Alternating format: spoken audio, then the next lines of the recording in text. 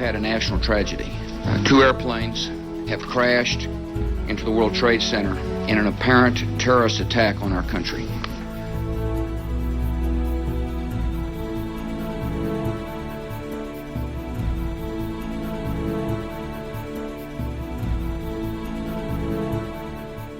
The sight of people falling is just forever embedded into my mind. I can't forget that sight.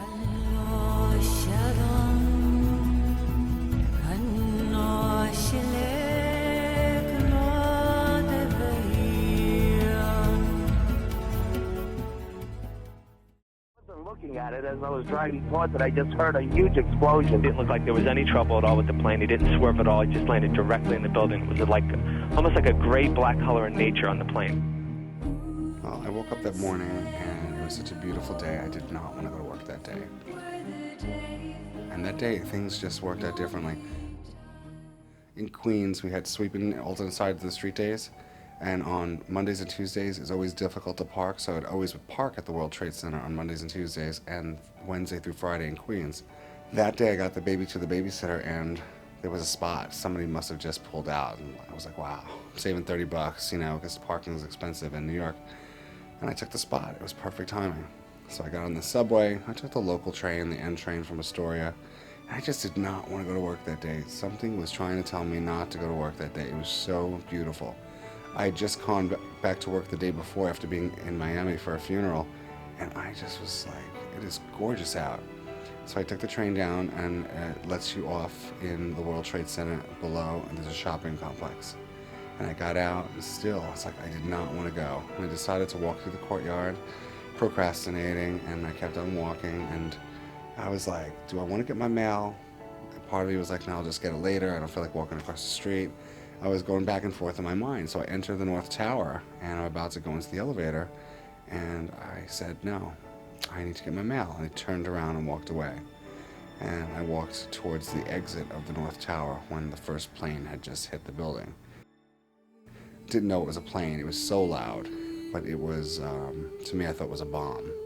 So outside we went, and you see all this debris coming from the above floors, and people just getting hit everywhere with just stuff that was just falling out of those windows.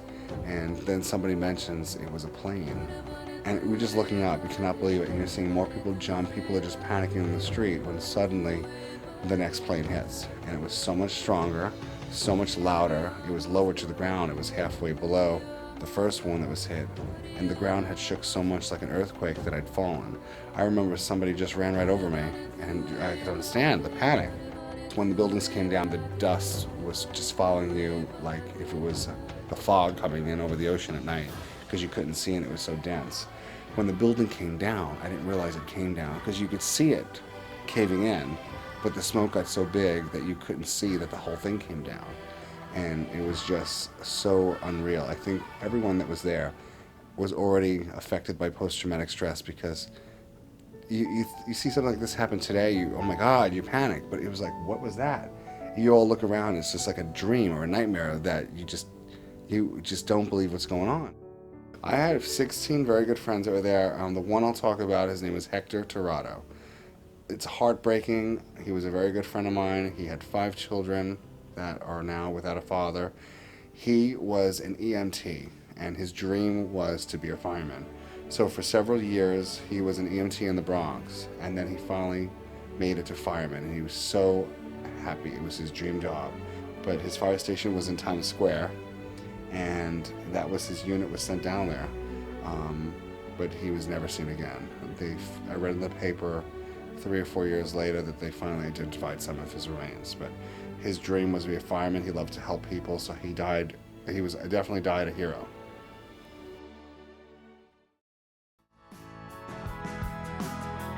So after the terrorist attacks, I felt I was in limbo for a few years. I went back to school, went back to acting school, and really started moving my life into a new direction. And after 2 years of acting school in New York City, after the attacks, I came out to Los Angeles for a month, and I did a showcase out here. And I just fell in love with it out here. I was here for a month in January 2 years ago. The weather was perfect, I loved the mountains, and I decided at that point that I was going to actually make the move here and try Hollywood. So I started planning to move, and 6 months later I left, and here I am. Unfortunately, just as about a few days before I was about to leave, Hurricane Katrina had ripped up the South. All around me are familiar faces, worn out places, worn out faces, bright and early for their daily races, going nowhere, going nowhere. Their tears are filling up their glasses, no expression, no expression. Hide my head, I wanna drown my sorrow. No tomorrow, no tomorrow. I drove into Mississippi and the destruction. I can't even tell you. I mean, I have never seen, I've seen Ground Zero, I've seen the World Trade Center, and that was horrendous. But picture that for miles and miles and miles, from Mississippi all the way to Louisiana.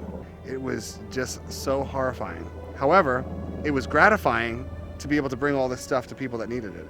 It made me feel so much good to give somebody water, to do what I can do. I went all around Biloxi and I helped out whatever I can do. I stayed for 10 days. And as sad as it was, I believe that my strength that I got from surviving World Trade Center gave me the strength to help those people who were in such desperate need. Rich is a very complicated person. He's the most high maintenance friend I've ever had. And a lot of that, I think, has to do with the effect 9/11 had on him. I feel like he's very worried about losing friends, so he's got so many that he keeps in touch with. Over Christmas, for example, my birthday's on December 10th. He got, I'd say, like 200 Christmas cards this year, and he was getting Christmas cards before I even got one birthday card. And he just knows so many people, and I feel like he's almost afraid to let people out of his life, and I think part of that's because of what happened on September 11th. Well, I'm definitely happy now. I was sad for a few years. I had a lot of anger towards government for a while.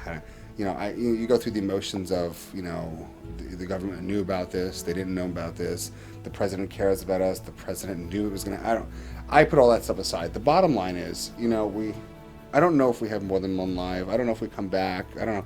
But I want to enjoy my life now. When I worked before, I was so stressed, worrying about every little detail about my life, angry with every single person. I probably had very little friends because I was such a snob, and that job that I had really made my head swell. But when you're faced with this horror, and suddenly your entire staff is dead, and suddenly all your friends are dead, and suddenly your job is ended because there's nobody there anymore, it really brings you back to, where did I come from? I'm the same person like everyone here in this room and on this planet. We're all the same. I want to live a life and be happy. I'm not going to be stressed anymore. I'm not going to be upset anymore. I'm not going to let life control me. I'm going to live my life now. So now I've came to a better place. I'm doing a career, working on a career that I've always dreamed about since I was 4 years old, and I'm happy. I live for the moment, I have fun everywhere I go, and I'm not going to let stuff bring me down. So I've learned from this that we make our own life, and there are people out there that always wants to bring you down, but you need to look above, be smart, look around you, and just move on.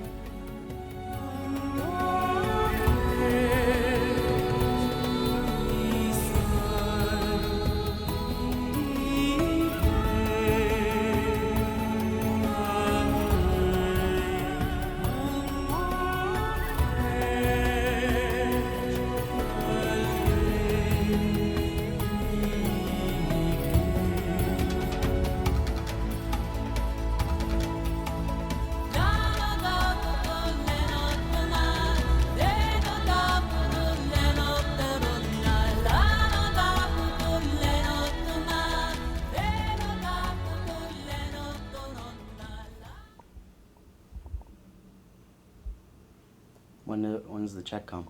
A couple weeks.